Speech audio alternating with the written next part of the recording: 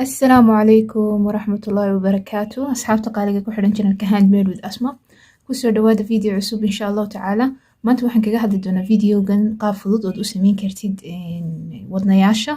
wadnayaasha qaabaysan yani wadnayaasha qaabaysan waxaa laga wadaa wadnuhu markuu sidan oo kale yahay yani soo buuran yahay oo kale aanu ahayn mara kaliyaata yani oo hal dhinac ah laakiin hadda imika waa sidii boombalada oo kale wadno boombala ah oo kale waxaad uga faa'iideysan kartaa runtii xafladaha oo kale haddii loo baahan yahay ama qurxinta guriga oo kale designo badan baad ka sameyn kartaa kalaro badan baad ka sameyn kartaa saysas fara badan baad ka sameyn kartaa waxyaabahaas oo dhan adoo uga faa'iideysanaya ama u isticmaalaya marka haddii aan bilowno videogan waxaad u baahanaysaa dabcan irbada waxaad u baahanaysaa irbada nadiifinta waxaad u baahanaysaa maqas waxaad u baahanaysaa markarka ama calaamadiyaha haddii aan bilowno waxaan ku bilaabaynaa goobada musixirka ama magical circle-ka waxa la dhaho saasaad usoo qabanaysaa kadib labada gacmood baad kasoo saaraysaa markaas goobadaas kuu samaysmaysa si aanay goobadu kaaga furman waxaad sameynaysaa waxaad ku xidhaysaa hal stitch saas waxaa kuu samaysmatay goobadii musixirka ahayd marka goobada gudaheeda waxaan ku shaqaynaynaa 6 stitch oo buuxin ah xadhigana soo jiidaysa si ay goobada u yaryaraato kadib markaan xidhno waxaan ku shaqaynaynaa goobada dhexdeeda 6 stitch oo buuxin ah tan koowaad aan ku bilaabaynaa 1 2 stitchka u horeeyay buuxinta ee aan sameynay waxaan sameynaynaa waan calaamadinaynaa si aan u garano mar walbaba safkii halkii uu ka bilaabmay halkay ahayd 2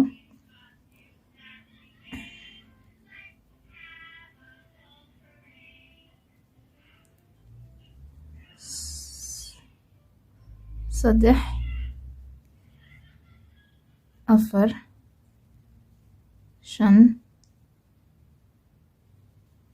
6 sidaan waxaan ku sameynay 6 waa 1 2 3 4 5 6 markaan sameyno waan xidhay stitchka lixaad markaan sameyno waxaan sameynaynaa waan xidhaynaa laakiin intaanan xidhin waxaan sameynaynaa duntaan isku soo jiidaynaa ama goobada ayaan isku soo jiidaynaa markii saas isugu soo ururto qaabkan u xidhayna wuxuu noqonayaa qaab ah yani wuxun baan ilaashanaynaa safka halkuu ka bilaabmayo ama stitchka u horeeya kuma xidhayno sidan u baranay gursadii siibenaysay wuxun baan ku bilaabaynaa inuu haddana safka cusub marka 6 baan sameynay safka cusub waxaan ku bilaabaynaa toliin noocee ah waxaan ku bilaabaynaa toliin ah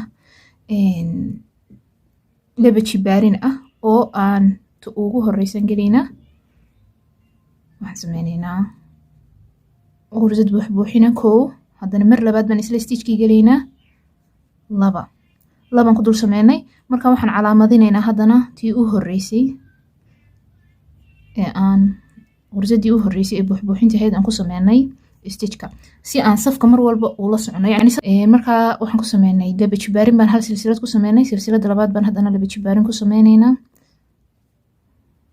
1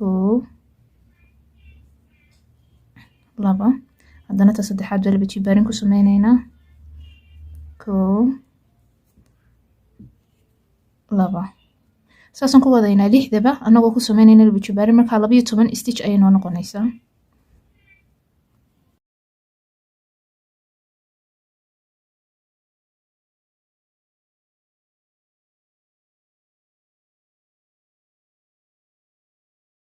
sidaa waxaan kusoo dhameynay 6diiba 12 bay noo noqonaysaa haddaan tirino tani waa tii ugu horeysay gursadaas taasaan u jeedno waxa weeyaan tii ugu horeysay 2 3 4 5 6 7 8 9 10 11 12 safka ku xiga waxaan ka saaraynaa calaamadiyaha ayaan waxaan ka saaraynaa silsilada marka waxaan ku sameynaynaa gursada u horeysa ama silsilada u horeysa ayaan waxaan ku sameynaynaa hal xabo kadib haddana dib ayaan u calaamadeynaynaa marka hadda imika waxaan bilownay safkii cusba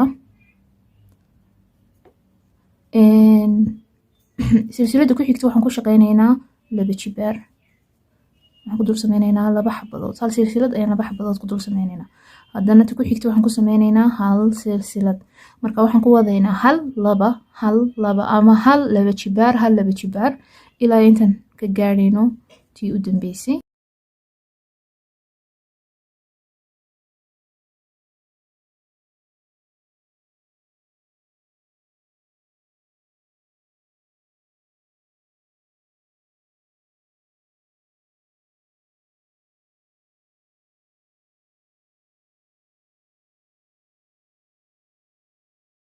safka dhamaadkiisii baan soo galnay halkaas waxaa noo haray stitch ama halkaas silsilad haddii aad u jeedid inayd aad sax ku socotid waxaad ku garanaysaa safka maadaama aad ku bilowday silsiladii u horeysay shaqadaada aad ku bilowday hal xabo ama cadad fardi ah oo keli ah waa inay kugu xirmataa cadad ama tiro debel ah ama zawji ah oo aad 2 ku dhamaysaa haddii aad hal intaad ku bilowday hal ku dhamayso waxbaa kaa khaldan waa inaad shaqada ku noqotaa tiradana waxbaa ka khaldan qursadaha markaa saasaan kusoo dhameynay hadda imka safkii baan maraynaa bilowgiisii baan imanay waan ka saaraynaa markerka ama calaamadiyaha waxaan ku xiraynaa hal qursad oo buuxbuuxina haddana calaamadiyihii ayaan halkiisa ku celinaynaa si aanu nooga lumin safka bilowgiisii goobadaasoo kuu samaysmaysa safkii hore waxaan ku shaqeynay 6 safkii ku xigay waxaan ka dhignay 12 oo 2 jibaarin baan ku shaqeynay safkii saddexaadna waxaan ku shaqeynay hal fardi ah ama hal xaba ah iyo ta ku xigta oo 2 jibaarin ah marka safka afraad iyo ka shanaad iyo ka lixaad iyo ka toddobaadba waxaan ku shaqeynaynaa hal stitch oo fardi ah ayaan ku sameynaynaa qursad kastaba wax 2 jibaarin ah ma sameynayno markaan ku sameeyo wuxuu qaadanayaa shape soo foorara ama shape godan oo wuxuu sameynayaa gidaar oo kale ayuu sameysanayaa markaan dhameeyo aan isku soo noqon insha Allah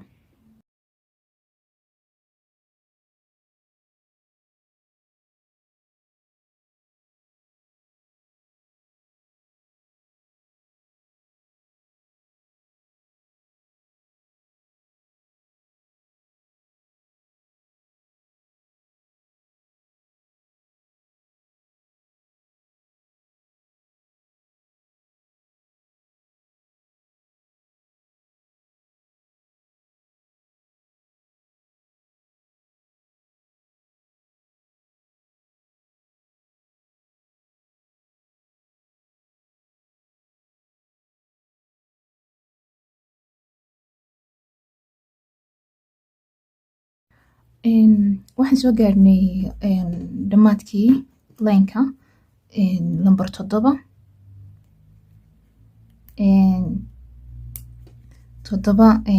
toddoba line ama 7 wareeg baan sameynay kii u horeeyay waxaan ku shaqeynay 6 kii ku xigay waxaan ku shaqeynay 2 jibaarin 12 buu noqonayay kii ku sii xigay saddexaad waxaan ku shaqeynay mid xabad ah iyo mid 2 jibaarin marka waxay noqonayaan linekaasi 18 kadib line 4 iyo 5 iyo 6 iyo line 7 waxaan ku shaqeynaynay hal silsiladiiba hal xabo anagoo aan 2 jibaarin marka mid labaadna waan sameeyay marka kan waa kii hore marka gaadhid lineka dhamaadkiisa waxaad sameynaysaa xariga jaraysa kii labaadna waa kan marka sidan hadda isugu xirayno ayaan idin tusayaa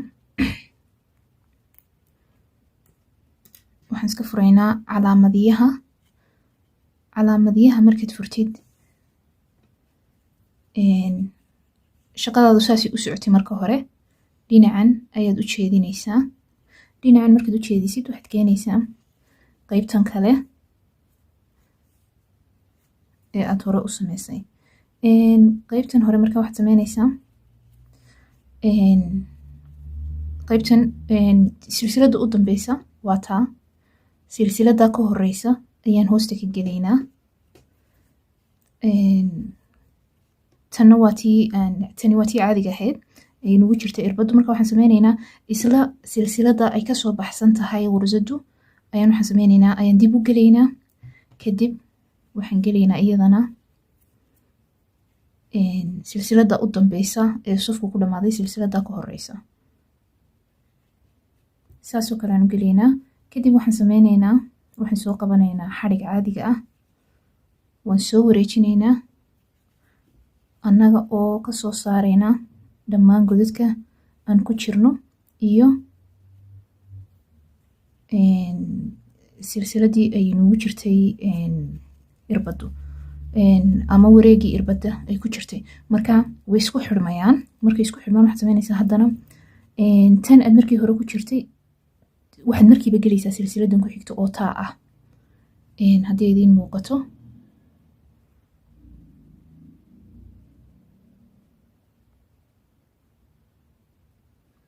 waxaad gelaysaa silsilada ku xigta, qaybtan waad soo qabanaysaa iyadana waxaad gelaysaa.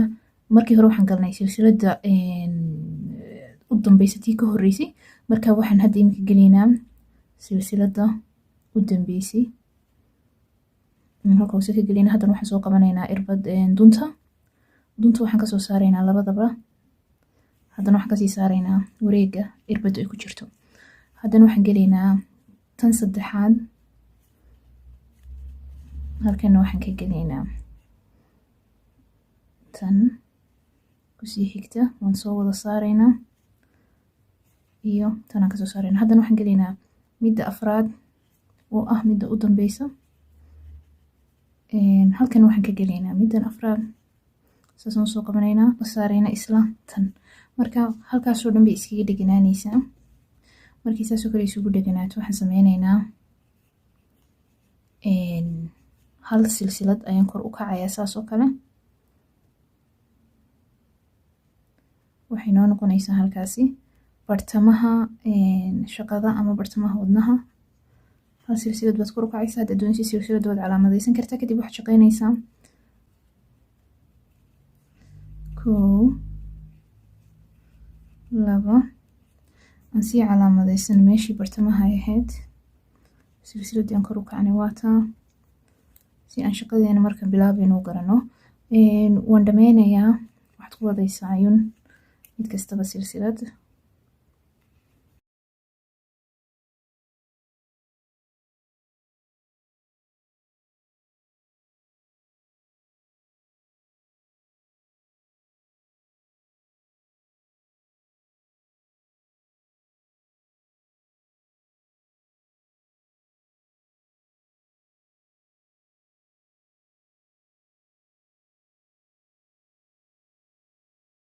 Waxaan sameynaynaa qaybtaa dhexe ama silsiladaa dhexda ku jirta ayaanu gelaynaa.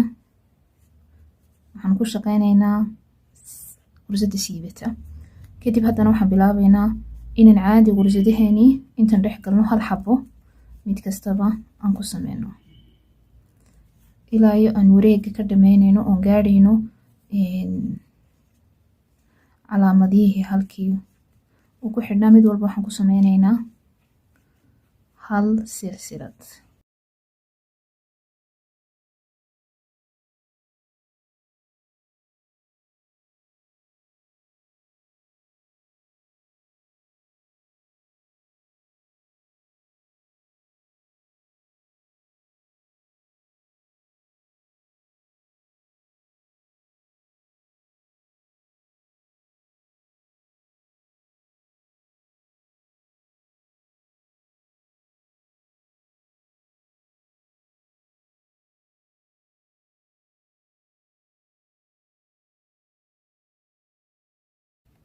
Waxaan soo gaadhnay meeshii aan ka bilownay. Waxaan ka saaraynaa calaamadiyaha, waxaan ku shaqeynaynaa gursad buuxbuuxin oo caadi ah. Kadib waxaad ku celinaysaa calaamadiyaha halkiisii. Haddii aan eegno qaabka noo sameysmay, wuxuu noqonayaa qaab noocaas ah oo dhexda ka godan saasoo kale ah. Marka waxaan wadaynaa 2 saf ayaan imika wadayaa oo aan ku wadayo qaabkan aan hadda imika u waday aanan waxba ka bedeleynin. Mid walba aan ku sameynayo hal silsilad oo kaliyaata. hal saf baan bilownay, hal saf baan dhameeyey. Safkii labaad waxaan sameeyey kalar kale ayaan dhex geliyey. Marka sidii caadiga ahayd aan rabay inaan u wado ama aan idiin sheegay si loo waday in baad wadaysaa adigoo silsilad kastaba korkeeda ama gudaheeda ku sameynaya hal silsilad oo buuxbuuxin ah. saddex saf, afar saf, kolba adigu sayskii ama dherarkii doonaysid inuu wadnuhu yeesho ayaad sameyneysaa. laakiin anigu waxaan sameynayaa ilaa iyo saddex saf. saf waan sameeyey, kana waa kii labaad, ku kalena waan ku darayaa, kadibna waan tiisoo noqonayaa. markaan sameynay waxaan ku daray saddex layn oo ah kalarkan cusub iyo hal layn oo casaanka ahaa. afar layn baan markaas sameynay. afartaa layn baan ku joojinayaa. marka hadda imika waxaan ka bedelaynaa wax yar qaabka aan u soconay. markii hore waxaan ku sameynay afartaa layn ee u dambeysay silsilad kasta ama qursad kastaba hal qursad ayaan ku dul sameyneynay, ama silsilad kasta hal silsilad baan korkeeda ku sameyneynay, annagoo aan waxba ka bedelaynay. safku saasun baan u soconaynay. hadda waxaan sameyneynaa 1 2 3 4 5 shan baan tirinaynaa. shanta midda ugu horeysa waxaan ku sameyneynaa hal stitch hal stitch hal stitch, shan stitch baan mid walba ku sameyneynaa. kadib stitchka lixaad iyo ka toddobaad waan isku keenaynaa, amba waxaan ka dhigaynaa, waxaan sameyneynaa wixii aan odhan jirnay tanaaqus, oo laba stitch ayaan hal stitch ka dhigaynaa. marka haddii aan idin tuso saan u sameyneyno, waxaad sameyneysaa safka bilowgiisii baan bilaabaynaa. 1 2 3 4 5 shan qursadood oo buuxbuuxin ah. markaad sameysid waxaad sameyneysaa qursadan waxaad geleysaa dacalkeedan hore, haddana tan ku xigta ayaad adigoo aan waxba soo jiidin, tan ku xigta iyadana waxaad geleysaa dacalkeedan hore, kadib waxaad soo jiideysaa dunta, waxaad kasoo saareysaa labadii dacal eed markii hore kasoo dhexe baxday iyo wareegii ay irbada ku jirtay. sidaa waxaan sameynay tanaaqus waxa la dhaho. waxaan yareynay hal silsilad ayaan meesha ka saarnay. haddana waan tirinaynaa 1 2 3 4 5 shan qursadood oo buuxbuuxin ah oo caadi ah ayaan sameynay. waxaan sameyneynaa haddana tanaaqus. waxaan geleynaa qursadan dacalkeeda sare, haddana ta ku xigta ayaan geleynaa, annagoo aan soo qaadan xadhiga ayaan ta ku xigta haddana geleynaa dacalkeeda sare. waxay noo sameysmay 3 wareeg. duntaan soo laabaynaa, waxaan kasoo saaraynaa labadii dacal iyo wareega ay irbadu markii hore ku jirtay. sidaa waxaan sameynay tanaaqus kale. haddana waan tirinaynaa, saasaan ku wadaynaa. waxaan tirinaynaa 1 2 ilaa iyo 5 qursadood baan sameyneynaa oo caadi ah. kadibna waxaan sameyneynaa tanaaqus ilaa aan safka dhameyno, kadibna aan idin tuso waxa kale aan ku xigsiinayno. tanaaquskeeni u horeeyey halkaasuu ku dhamaaday. ku dhameynay ayaan waxaan ku xidhaynaa calaamadiyaha ama markerka. kadib waxaan sameyneynaa haddana waxaan soo yareyneynaa tiradii qursadaha caadiga ah ee buuxbuuxinta. waxaan ka dhigaynaa 4 kow,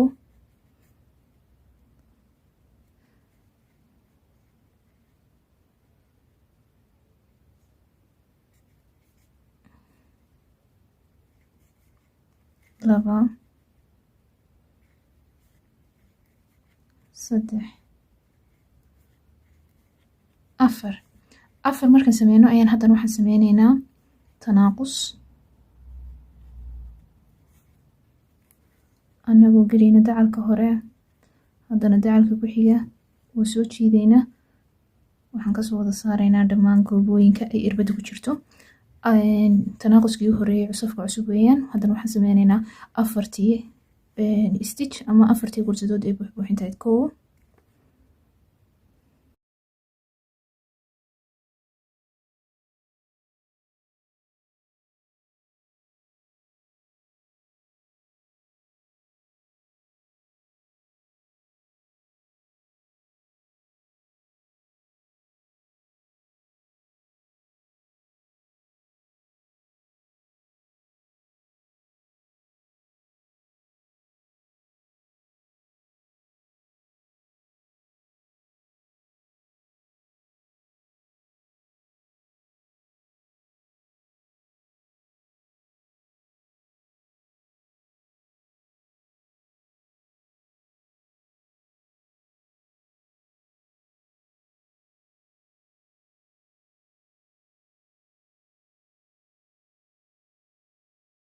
sidaasaan safka labaadna ku dhameynay.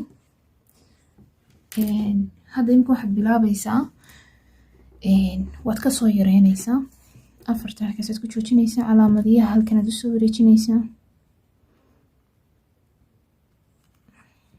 kadib waxaad sameynaysaa waxaad soo yareynaysaa qursadaha waxaad oranaysaa 1 2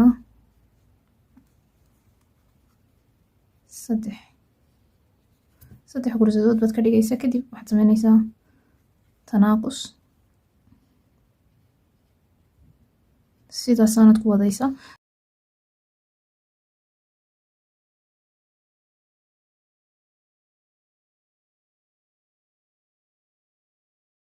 sidaasaad ku wadaysaa ilaa aad safka dhameysid saddex baad ku sameynaysaa saddex qursadood oo caadi ah kadib tanaaqus ilaa aad safka dhameysid kadib waxaad keenaysaa waxaad sameynaysaa intaanad xidhin markaad halkaa maraysid waxaad sameynaysaa waxaad keenaysaa cudbi ayi nooc cudbi aad haysatid ama faashad yani kolba waxaad u taqaanid cudbiga kuwan barkimooyinka yani ku jira waa keenaysaa waxaad sameynaysaa waxaad gelinaysaa gudaha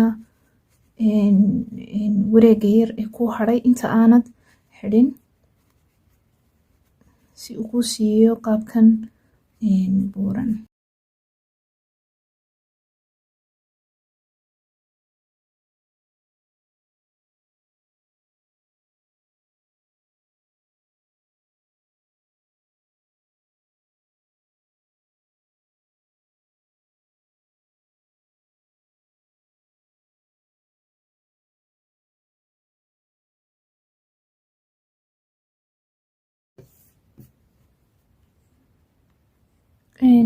intaas way ku filan tahay haddii ay u baahatana waxaad sameynaysaa inta aanad wada xidhin ayaad in yaroo kala gelinaysaa kadib waxaad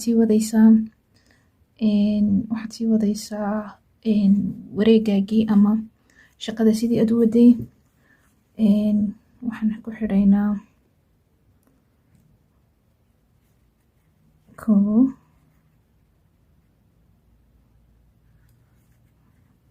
2 kadibna waxaan sameyneynaa tanaaqus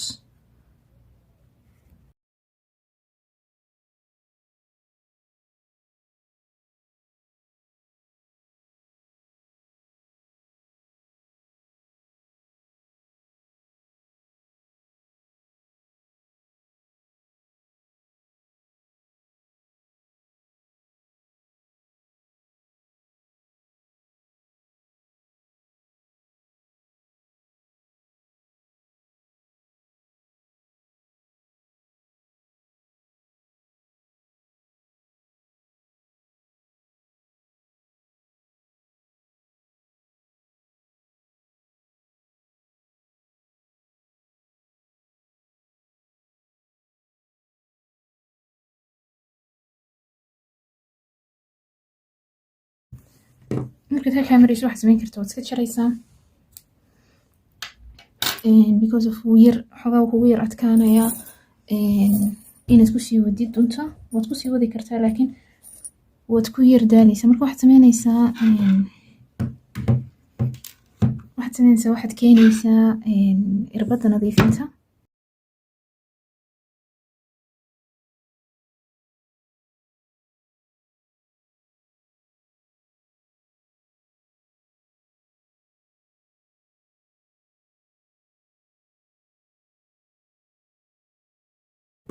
kadib sida caadiga ee loo tolo ayaad u toleysaa sida caadiga maryaha loo tolo qursad kastaba adigoo gelaya sidii aad imika xataa irbadda ugu toleysay oo kale si ay duntu kuugu jiidsanto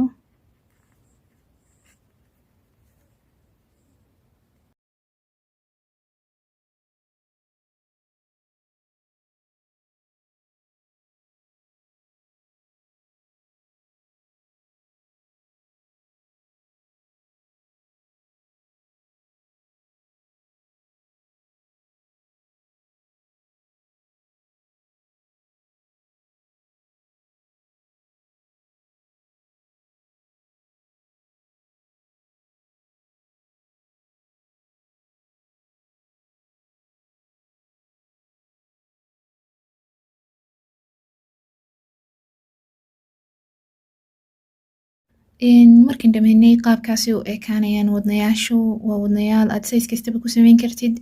Waxaad u isticmaali kartaa xafladaha dhalashooyinka oo kale ama xafladaha noocyadooda kala duwan. Waxaa ku qurxin kartaa gurigaaga. Waxaa u sameyn kartaa sidaha inay noqdaan sido furo kale ama wad hadiyad qof u siisid ama muraayada gaariga oo kale la suro. Xataa caruurta ayay u noqon kartaa wax ay ku ciyaaraan oo safe u ah. Marka waxaan rajeynayaa insha Allahu tacaala qaabkan u sameeyay inuu aad u fududaa idinkuna fahanteen ayna tabiqi kartaan ama sameyn kartaan si yar oo fudud. Haddii aad ka faa'iiday waxaan rajeynayaa inaad ku soo biirtid channelkayga. Haddii aanad ku soo biirin like-na ii saartid, asxaabtaadana la share garaysid haddii daneynayaan barashada farsamada gacanta ee crochet-ga. Inta aan videoga ku xiga soo gelinayo waxaan idinkaga tegayaa khayr. Assalaamu calaykum waraxmatullaahi tacaala wabarakaatuh.